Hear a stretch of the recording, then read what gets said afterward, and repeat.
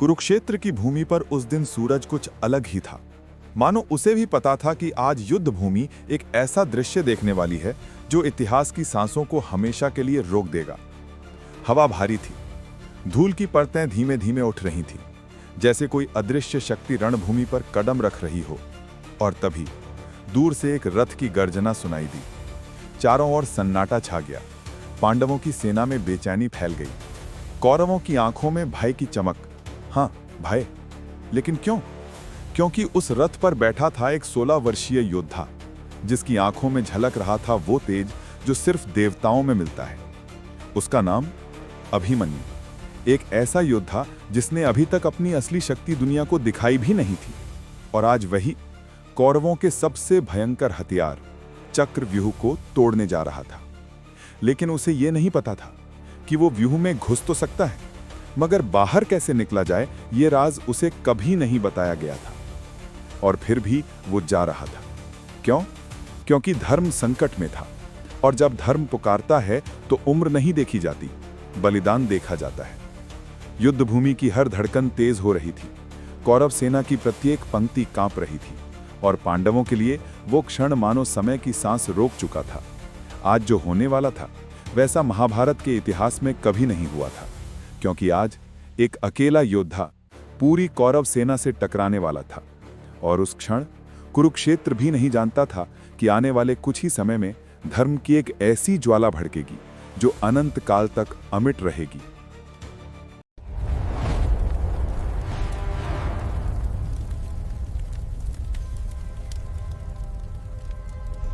इंद्रप्रस्थ की स्थापना के बाद पांडवों का जीवन स्थिर होने लगा था। नए राज्य का दायित्व बांटते हुए भी अर्जुन का हृदय तीर्थों की ओर खिंच रहा था। एक दिन उन्होंने सोचा, मन को शांति तभी मिलती है जब आत्मा यात्रा पर निकले। और वे पवित्र तीर्थ यात्रा के लिए निकल पड़े।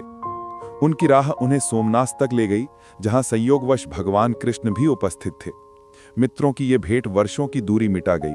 कृष्ण ने स्नेहपूर्वक कहा, चलो अर्जुन, द्वारिका चलते हैं। और अर्जुन के लिए द्वारिका के द्वार खुल गए। द्वारिका में अर्जुन का अद्भुत सम्मान हुआ। राजसी सत्कार, प्रेम, आदर, सब कुछ। यहीं पर एक दिन उन्होंने पहली बार उसे देखा, कृष्ण की बहन सुभद्रा। उसकी कोमलता, पवित्रता और सौम्य मुस्कान ने अर्जुन के मन पर मानो अनंत छाप छोड़ दी। ये पहली ही नजर का आकर्षण नहीं, एक शांत, गहरी, अव्यक्त सी अनुभूति थी। कुछ दिनों बाद अर्जुन ने साहस जुटाकर कृष्ण से कहा, मुझे सुभद्रा से विवाह करना है। कृष्ण मुस्कुराए पर गंभीर भी हुए। उन्होंने बताया कि उन दिनों क्षत्रियों में स्वयंवर का प्रचलन था, लेकिन उन्हें इस बात का भरोसा नहीं था कि सुभद्रा स्वयंवर में सही चुनाव करेगी या नहीं। फिर कृष्ण ने धीमे स्वर में कहा, धर्मशास्त्र के अनुसार क्षत्रियों में एक और विवाह पद्धति है, रक्षा करके अथवा अपहरण द्वारा। यदि तुम्हें सुभद्रा से सचमुच प्रेम है तो उसे स्वयं साथ ले जाओ। अर्जुन ने यह सुनकर दृढ़ संकल्प किया। एक दिन सुभद्रा पूजा करने रैवतक पर्वत गई। अर्जुन पहले से ही तैयार थे। जब सुभद्रा ने अर्जुन को देखा, उसकी आंखों में भी वही पहली नजर का प्रेम चमक उठा। न कोई भय, न कोई संकोच, बस एक कोमल विश्वास। अर्जुन ने रथ बढ़ाया और सुभद्रा को साथ लेकर इंद्रप्रस्थ की ओर चल पड़े। ये प्रेम का, विश्वास का और योद्धा संस्कृति की परंपरा का अनोखा संगम था। द्वारिका में खबर पहुंची तो यादव कुल में क्रोध की लहर दौड़ गई। पर जब कृष्ण ने पूरी बात समझाई और बताया कि ये दोनों का पारस्परिक प्रेम है, तो सब शांत हो गए। अंततः सभी ने इस विवाह को स्वीकार कर लिया। समय बीतता गया। इंद्रप्रस्थ में एक शुभ दिन सुभद्रा ने एक तेजस्वी बालक को जन्म दिया, अभिमन्यु। द्वारिका और इंद्रप्रस्थ दोनों ही स्थलों पर एक नाम बहुत जल्दी प्रसिद्ध होने लगा था, अभिमन्यु। कृष्ण स्वयं उसे अपनी गोद में खिलाते, उसके छोटे छोटे प्रश्नों पर मुस्कुराते और उसके तेजस्वी मस्तिष्क को देखकर अक्सर अर्जुन से कहते, पार्थ, ये बालक साधारण नहीं है। अभिमन्यु का बचपन कोई साधारण बचपन न था। जहां एक और वो कृष्ण जैसा स्नेह पाता, वहीं दूसरी ओर अर्जुन जैसा पात्र पिता उसकी प्रतिभा को निखार रहा था। बहुत छोटी उम्र में ही अभिमन्यु ने वेदों का गंभीर अध्ययन किया। उसकी बुद्धि तीक्ष्ण थी, स्मरण शक्ति अद्भुत थी। लेकिन असली चमक तो तब आई जब उसने धनुर्वेद का अध्ययन प्रारंभ किया। एक दिन अर्जुन अपने पुत्र को कर्ण की भांति ध्यानमग्न बैठे देख रहे थे। उन्होंने सोचा, अब समय आ गया है इसे धनुर्वेद की शिक्षा देने का। अभिमन्यु उत्साह से भरा था। अर्जुन ने उसे धनुर्वेद के 4 पाद सिखाने शुरू किए। मंत्र मुक्त। अर्जुन ने कहा, यह बाण मंत्रों से छोड़ा जाता है और इसे कोई नहीं रोक सकता। अभिमन्यु मंत्रों का जाप करता और छोटी उम्र के बावजूद उसे आश्चर्यजनक कौशल मिल रहा था। अमुक्त। ये वो तीर है जिसे छोड़ा नहीं जाता, सिर्फ इसकी उपस्थिति ही शत्रु के मन में भय उत्पन्न कर देती है। अभिमन्यु की आंखें चमक उठीं। मुक्तामुक्त। इसे मंत्रों से भेज भी सकते हो और आवश्यक हो तो वापस भी बुला सकते हो। ये कला सबसे कठिन थी, लेकिन अभिमन्यु ने इसे आश्चर्यजनक तेजी से सीख लिया। पाणी मुक्त। और ये योद्धा का मूल अस्त्र, धनुष से तीर छोड़ना। अर्जुन ने देखा अभिमन्यु का हाथ उनकी ही तरह स्थिर था। जब बुनियाद पूरी हो गई, अर्जुन ने उसे धनुर्वेद के 10 अंग सिखाए। रीति, नीति, तकनीक, गति, ध्यान, सब कुछ। आदान, तर्कश से तीर निकालने की कला। संधान, तीर को धनुष पर रखना। मोक्षण, लक्ष्य पर तीर छोड़ना। विनिवर्तन, बाण लौटाने की दिव्य कला। स्थान, धनुष के केंद्र का ज्ञान। मुष्टि, सही पकड़। प्रयोग, तीर पकड़ने की विधि। प्रायश्चित, प्रत्यंचा से स्वयं की रक्षा। मंडल, चलते लक्ष्य को भेदना। रहस्य, केवल ध्वनि से लक्ष्य को भेदना। अर्जुन आश्चर्यचकित होते रहे। यह बालक केवल सीख नहीं रहा था, वो हर विद्या को आत्मसात कर रहा था। धनुर्वेद के बाद उसने तलवार, गदा, भाला और दिव्यास्त्रों का अद्भुत अभ्यास किया। वो केवल हथियार चलाना ही नहीं जानता था, वो हथियार बनाना भी जानता था। ये कला विरले ही जानने को मिलती है। एक दिन जब अर्जुन अभिमन्यु को अभ्यास करते देख रहे थे तो उनकी आंखें भर आईं। उन्होंने मन ही मन सोचा, मैंने आज अपने जैसा नहीं, अपने से बढ़कर एक योद्धा देख लिया है। अभिमन्यु केवल विद्वान और योद्धा ही नहीं था, उसके व्यक्तित्व में एक अलौकिक दिव्यता थी। अजेय था, वीरता उसके रक्त में थी।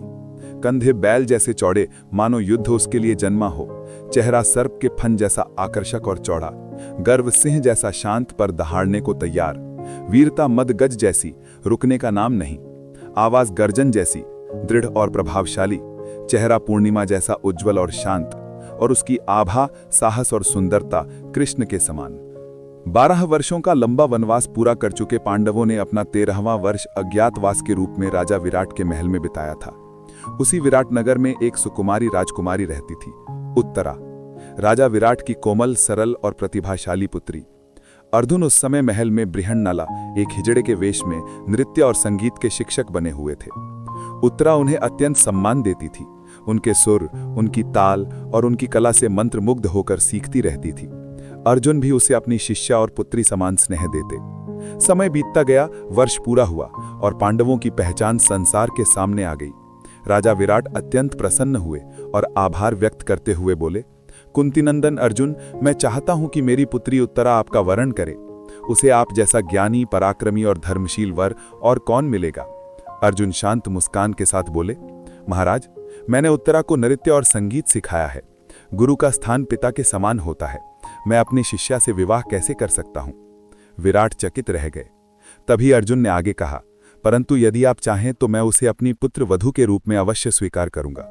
और इसी के साथ नियति ने इतिहास का एक सुंदर अध्याय लिखा, अभिमन्यु और उत्तरा का विवाह।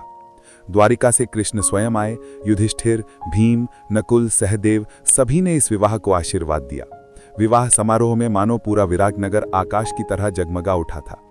अभिमन्यु और उत्तरा का वैवाहिक जीवन भले ही छोटा रहा हो, सिर्फ 6 महीने, लेकिन इन 6 महीनों में उन्होंने प्रेम का वो बंधन रचा जो जन्मों तक अटूट रहता है।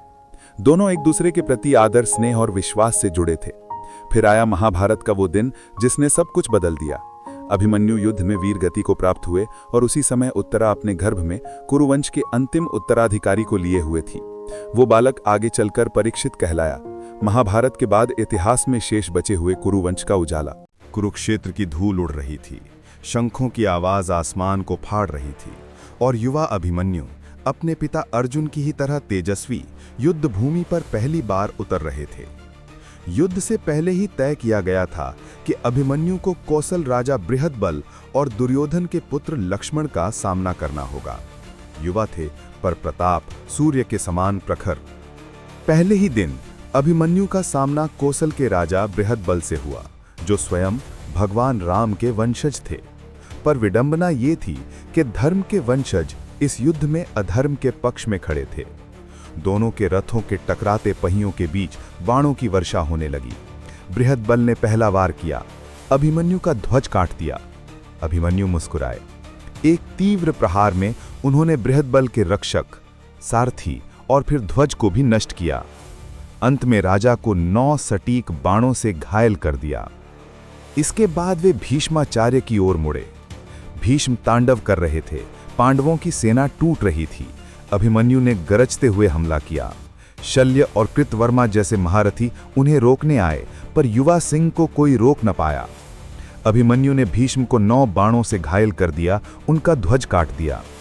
भीष्म जैसे महारथी को दैवीय अस्त्र का सहारा लेना पड़ा। इतनी प्रचंड थी ये किशोर आयु की शक्ति। दूसरे दिन अभिमन्यु ने दुर्योधन के पुत्र लक्ष्मण को युद्ध में घेरा। स्थिति इतनी गंभीर हो गई कि दुर्योधन स्वयं अपने पुत्र की रक्षा करने आया।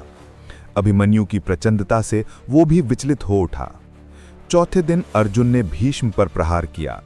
दुर्योधन, कृपाचार्य, शल्य, विविंशति, सोमदत्त सभी भीष्म की रक्षा में आ गए। तभी अभिमन्यु अपने पिता के रथ के पास पहुंचे।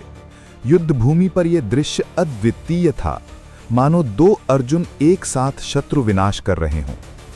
कुछ ही क्षणों में पिता पुत्र ने मिलकर 10,000 कौरव सैनिकों को मार गिराया। अभिमन्यु ने भीम पर आक्रमण करती मगध की हाथी सेना को देखा। उन्होंने तेज बाण से मुख्य हाथी को मार गिराया ताकि भीम सतर्क हो जाएं। भीम ने शेष हाथियों को नष्ट कर दिया। 5वें दिन अभिमन्यु ने भीष्म, द्रोण और शल्य तीनों का सामना किया और पूरा दिन समाप्त हुआ तो पाया गया कि अभिमन्यु ने सबसे अधिक कौरव सैनिकों का वध किया था। उन्होंने लक्ष्मण को फिर घायल किया। शल्य को उसे बचाने आना पड़ा। छठे दिन भीम और धृष्टद्युम्न कौरव सेना के बीच में अकेले पड़ गए। युधिष्ठिर की चिंता बढ़ी। उन्होंने अभिमन्यु को भेजा। अभिमन्यु ने सुई की नोक जैसी व्यू संरचना बनाकर कौरव सेना को चीरते हुए प्रवेश किया, मानो बिजली का अस्त्र गिरा हो। द्रोणाचार्य धृष्टद्युम्न के घोड़ों को मार रहे थे। अभिमन्यु ने छलांग लगाकर धृष्टद्युम्न को बचाया और उन्हें अपने रथ में बिठा लिया। इसके बाद अभिमन्यु और विकर्ण के बीच भयंकर युद्ध हुआ। 7वें दिन 3 कौरव, दुशासन, विकर्ण, चित्रसेन एक साथ अभिमन्यु पर टूट पड़े। अभिमन्यु ने तीनों के धनुष तोड़े, सारथियों को मारा, घोड़ों को काट डाला, परंतु उनकी जान नहीं ली, क्योंकि प्रतिज्ञा थी कौरवों को मारने का अधिकार केवल भीम का था। दिन के अंत में भी अभिमन्यु ने भीष्म को रोका। एक बार फिर 9वें दिन कौरव सेना भयभीत होकर भाग रही थी। अभिमन्यु का आक्रमण इतना प्रचंड था कि द्रोणाचार्य और कृपाचार्य भी पीछे हटे। अश्वत्थामा और जयद्रथ पास तक नहीं आ सके। तभी आया राक्षस अलम्बुश। वो अदृश्य होकर लड़ने लगा और पूरी पांडव सेना को अंधकार से ढक दिया। अभिमन्यु ने दिव्य अस्त्र छोड़ा, अंधकार हट गया। उन्होंने अलम्बुश की जादुई शक्ति नष्ट कर दी। राक्षस दिखाई पड़ने लगा। पांडवों ने उस पर हमला किया, वो भाग गया। उस दिन अर्जुन और अभिमन्यु ने मिलकर भीष्म को दबा लिया। धृतराष्ट्र के अनेक पुत्र उसकी रक्षा को दौड़े। उस रात भीष्माचार्य ने अर्जुन से कहा, पार्थ, तुम्हारा पुत्र अभिमन्यु एक चमत्कार है। कभी कभी वो तुमसे भी तेज दिखाई देता है। तुम अत्यंत भाग्यशाली पिता हो। 10वें दिन अभिमन्यु और धृष्टद्युम्न ने संगठित आक्रमण किया। इस दिन महान भीष्माचार्य गिरे और अपनी इच्छा से युद्ध से निवृत्त हुए। 11वें दिन कौरवों ने शकट व्यूह बनाया था। अभिमन्यु ने अकेले ही इसे भेद दिया और 100 सैनिकों को काट गिराया। जयद्रथ को रणभूमि छोड़कर भागना पड़ा।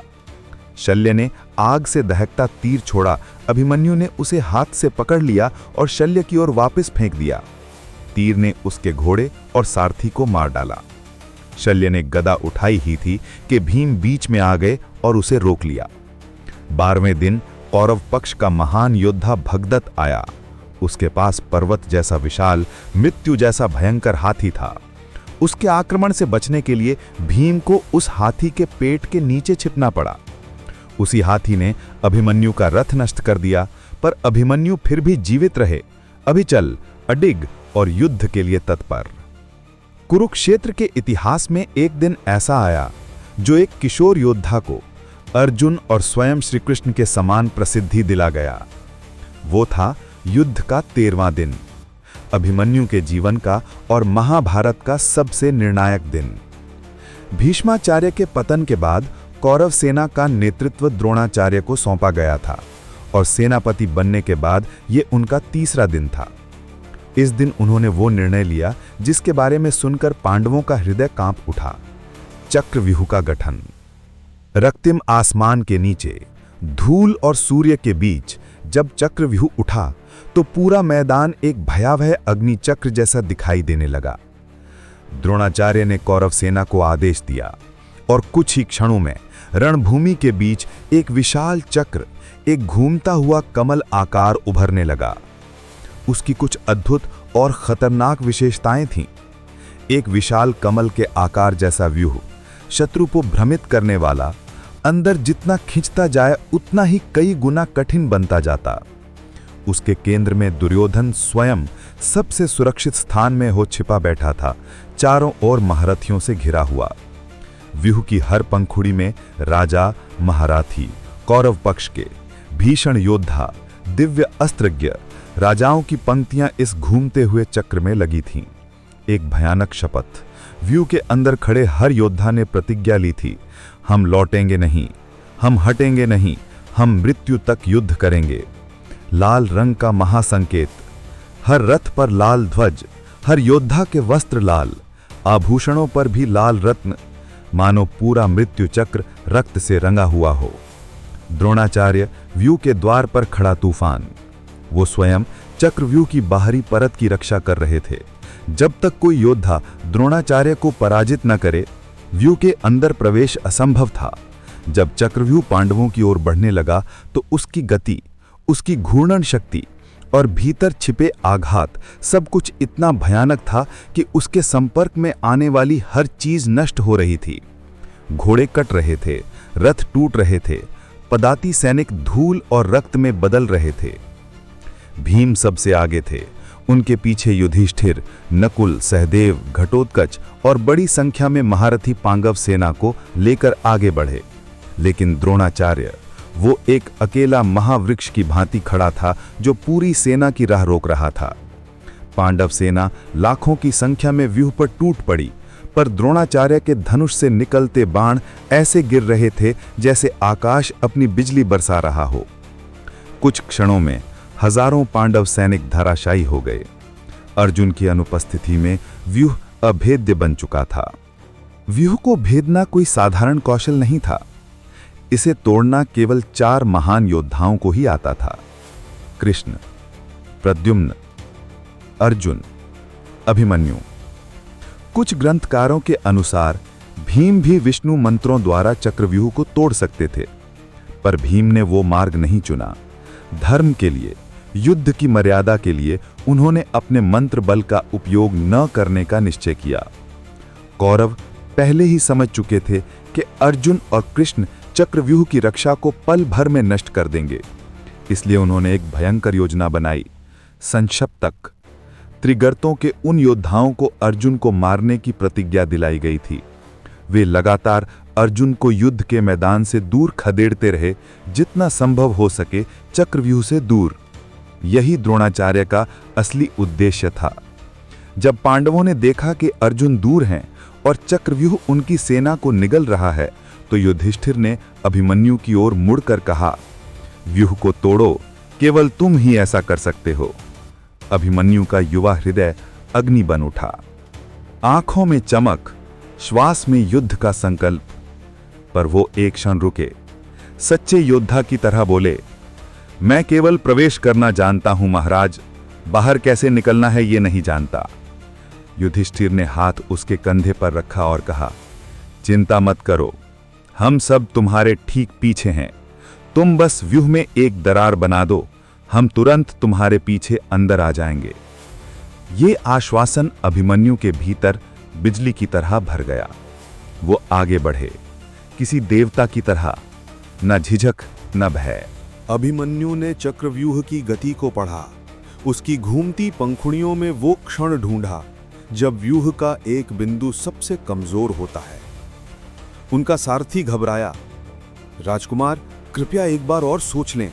आगे द्रोणाचार्य हैं, युद्ध का तूफान।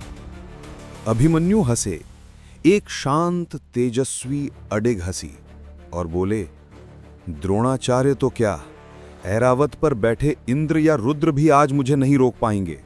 ये पूरी कौरव सेना मेरी शक्ति का केवल 16वां हिस्सा है। कहकर उन्होंने अपना धनुष उठाया और रथ रणभूमि को चीरता हुआ आगे बढ़ा। द्रोणाचार्य ने 2 घड़ी तक अभिमन्यु को रोकने का प्रयास किया, पर युवा योद्धा की गति आंधी जैसी, उसकी शक्ति अश्वमेध की तरह अवरोध्य थी। अभिमन्यु ने चक्रव्यूह को फाड़ दिया और भीतर प्रवेश कर गए। जैसे ही अभिमन्यु अंदर गए, जयद्रथ ने पीछे से व्यूह का द्वार तुरंत बंद कर दिया। अब पांडवों के लिए व्यूह में प्रवेश असंभव हो गया और अभिमन्यु अकेला रह गया। कौरव सेना के बीच भयावह चक्रव्यूह के केंद्र में एक अकेला 16 वर्ष का अजेय योद्धा। जयद्रथ कोई सामान्य योद्धा नहीं था। उसे स्वयं भगवान शिव से वरदान प्राप्त था कि यदि अर्जुन और कृष्ण उपस्थित ना हो तो तुम अकेले भी शेष पांडवों को युद्ध में रोक सकोगे। यही वो वरदान था जिसकी शक्ति से उसने चक्रव्यूह का द्वार अभिमन्यु के पीछे बंद कर दिया। और वहीं से शुरू हुआ कुरुक्षेत्र का सबसे भयंकर अध्याय। जैसे ही अभिमन्यु भीतर पहुंचे, कौरव सेना के महारथी चारों दिशाओं से उन पर टूट पड़े। लेकिन अभिमन्यु युद्धभूमि में प्रचंड अग्नि बन चुके थे। अभिमन्यु ने आते ही वृषसेन के घोड़ों को घायल किया, उसका धनुष काट दिया। उत्तर में वृषसेन ने अभिमन्यु के घोड़ों पर वार किया, जिससे सारथी ने रथ पीछे हटा लिया। अभिमन्यु कुछ क्षण के लिए दूर हुए, मगर केवल कुछ क्षण के लिए। वे लौटे और वसाती नामक योद्धा का सीधा वध कर दिया। कौरवों ने पुनः उन्हें घेर लिया, पर अभिमन्यु अब कोई साधारण योद्धा नहीं थे। वे यमराज के समान प्राणहर रूप में बदल चुके थे। सिर उड़ते, अंग बिखरते, रथों की ध्वनि डूबती और योद्धा भय से पीछे हटते। अभिमन्यु चक्रव्यूह के भीतर तूफान की तरह विचरण कर रहे थे। कई राजाओं का वध उनके हाथों हुआ। उनकी गति को देखकर कौरव पक्ष में कोई भी नजरें उठाकर भी उन्हें देखने का साहस नहीं कर पा रहा था। सत्यश्रवा का वध हो गया।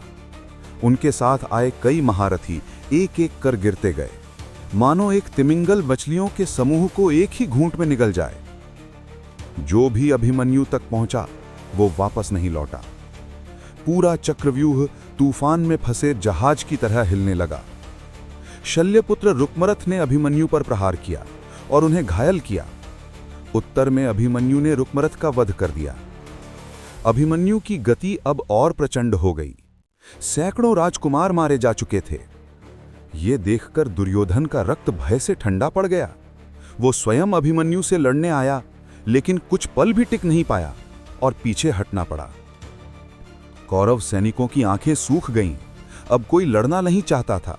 वे केवल भागने की राह खोज रहे थे। द्रोणाचार्य, अश्वत्थामा, बृहद्बल, कृपाचार्य, कर्ण, कृतवर्मा और शकुनी सभी ने एक साथ अभिमन्यु पर आक्रमण किया। फिर भी अभिमन्यु ने उन्हें पीछे धकेल दिया। ये देख रणभूमि हिल उठी। ऐसा वीर योद्धा वर्षों में एक बार जन्म लेता है। दुर्योधन का पुत्र लक्ष्मण अभिमन्यु से लड़ने आया। दुर्योधन पीछे खड़ा होकर उसकी रक्षा में महारथियों को बुलाता रहा। अभिमन्यु ने कहा, लक्ष्मण, इस लोक को अंतिम बार देख लो। मैं तुम्हें यमलोक भेजने जा रहा हूं।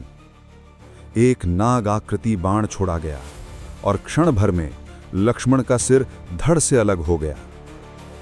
दुर्योधन उन्मत्त होकर चिल्लाया, उसे मार डालो, उसने मेरे पुत्र को मारा है। द्रोणाचार्य, कृपाचार्य, कर्ण, अश्वत्थामा, बृहद्बल, कृतवर्मा 6 महारथियों ने अभिमन्यु को एक बार फिर घेर लिया। अभिमन्यु ने अकेले सभी 6 को घायल कर दिया। उनके बाण कर्ण के कान को फिर से चीर गए, कृपाचार्य के घोड़ों और रक्षकों को मार डाला, अश्वत्थामा को 25 बाणों से घायल किया और इसी बीच उन्होंने वृंदारक का वध, बृहद्बल का वध, 10,000 सैनिकों का संहार, अश्वकेतु और भोज राजा का वध कर दिया।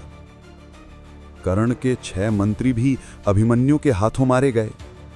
दुशासन के पुत्र ने अभिमन्यु के घोड़ों और सारथी को घायल किया।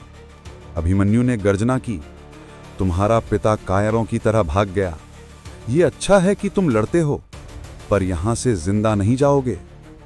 अभिमन्यु आग बन चुके थे।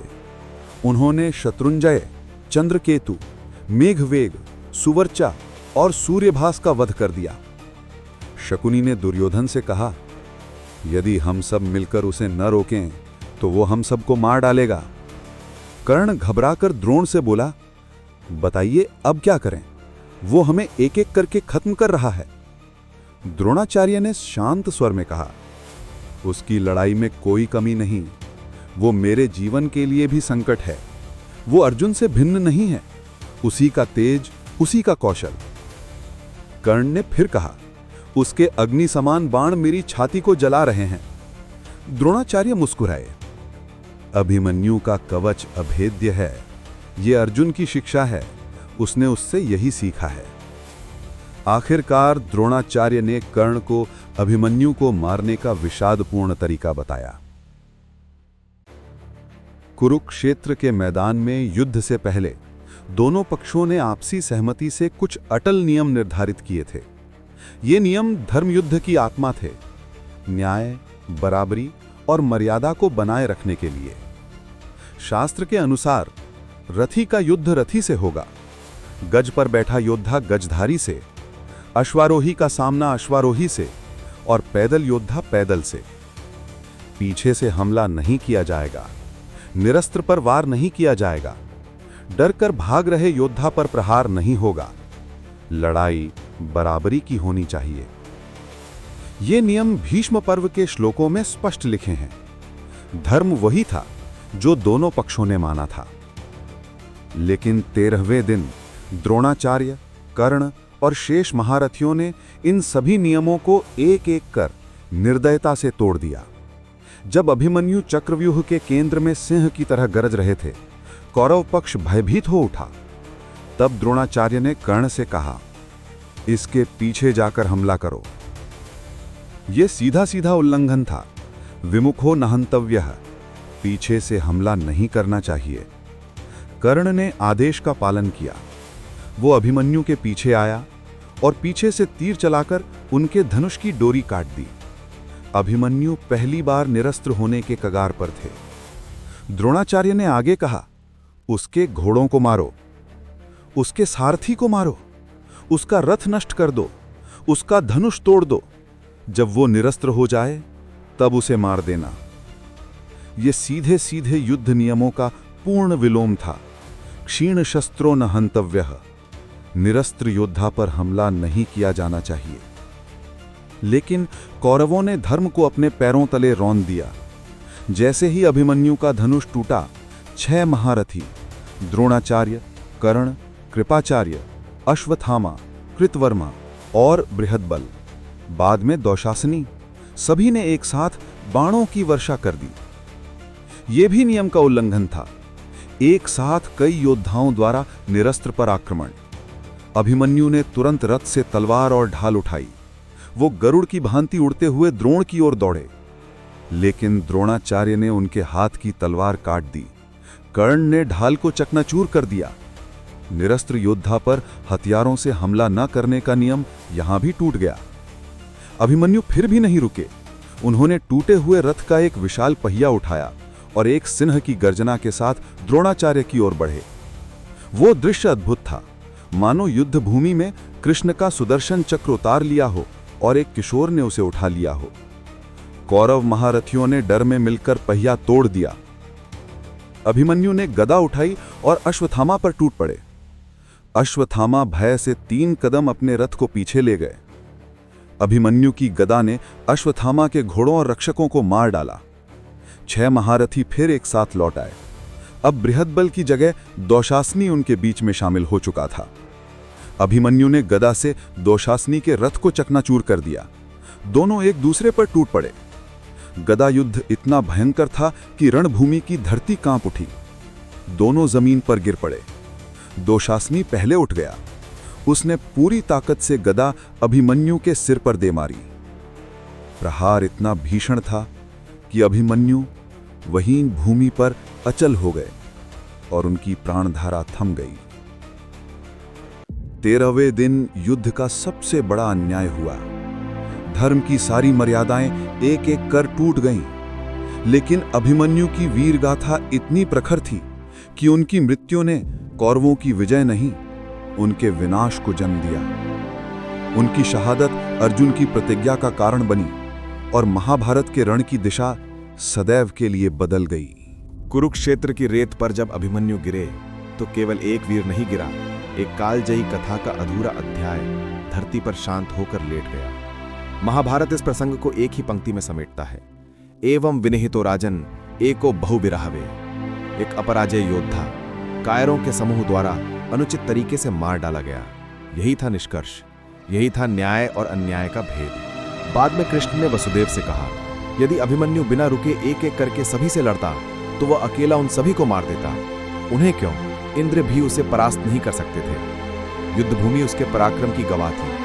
धूल में लिपटी रथों की टूटी ध्वजाएं, कटी पताकाएं, हाथियों की गर्जना और हजारों गिरे हुए योद्धा अभिमन्यु की अपराजयता का प्रमाण थे। एक किशोर ने स्वयं अकेले 8000 रथों को नष्ट कर दिया था। हजारों राजाओं को, सैनिकों को, हाथियों को, घोड़ों को एक एक कर धराशायी कर दिया। यह कोई मानव सामर्थ्य नहीं था, यह देवत्व था, यह नियति थी। अभिमन्यु केवल अर्जुन का पुत्र नहीं था, वह चंद्रदेव के पुत्र सोम का अवतार था। पृथ्वी पर जन्मा कुरुवंश का तेजस्वी तारा। जब उसे पृथ्वी पर भेजा गया, चंद्रदेव ने कहा था, पुत्र तू 16वें वर्ष में मेरे पास लौट आएगा। अभिमन्यु का जीवन अल्प था, क्योंकि वह अवतारी उद्देश्य लेकर आया था, महाभारत के पापों को, अधर्म की शक्ति को, कौरवों के अहंकार को अपनी एक मृत्यु से ही कंपा देने।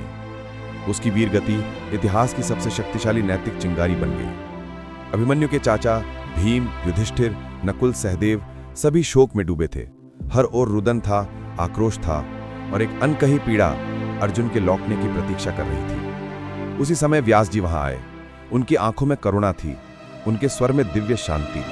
उन्होंने कहा, शोक मत करो, अभिमन्यु स्वर्गलोक पहुंच चुका है। देवताओं ने उसका स्वागत किया है। वो उन लोकों में गया है जहां केवल महानतम वीर ही पहुंचते हैं। एक दिव्य तेज उसके शरीर से उठकर आकाश में विलीन हो चुका था। वो उन लोकों में था जहां मृत्यु नहीं, केवल अमर तत्व है। अभिमन्यु केवल शहीद नहीं, वो धर्म का दीपक है। बीज रणभूमि में अकेला खड़ा पराक्रम का पर्याय। उसकी गाथा आज भी गूंजती है। एक युवा वीर जो 16 वर्ष की आयु में इतिहास की दिशा बदल गया। अभिमन्यु मरे नहीं, वो महाभारत की आत्मा बन गए। अगर अभिमन्यु की ये महागाथा आपके हृदय को छू गई हो, यदि इस वीर बालक की कहानी ने आपके भीतर श्रद्धा, साहस और भावनाओं की लहर जगाई हो, तो इस वीडियो को लाइक करें, अपने मित्रों और परिवार के साथ शेयर करें और ऐसी ही अद्भुत, ज्ञानवर्धक और प्रेरणादायक कहानियों के लिए हमारे चैनल को सब्सक्राइब करना ना भूलें। आपके एक छोटे से समर्थन से हमें ऐसी और दिव्य कथाएं आप तक पहुंचाने की शक्ति मिलती है। धन्यवाद। जय श्री कृष्ण।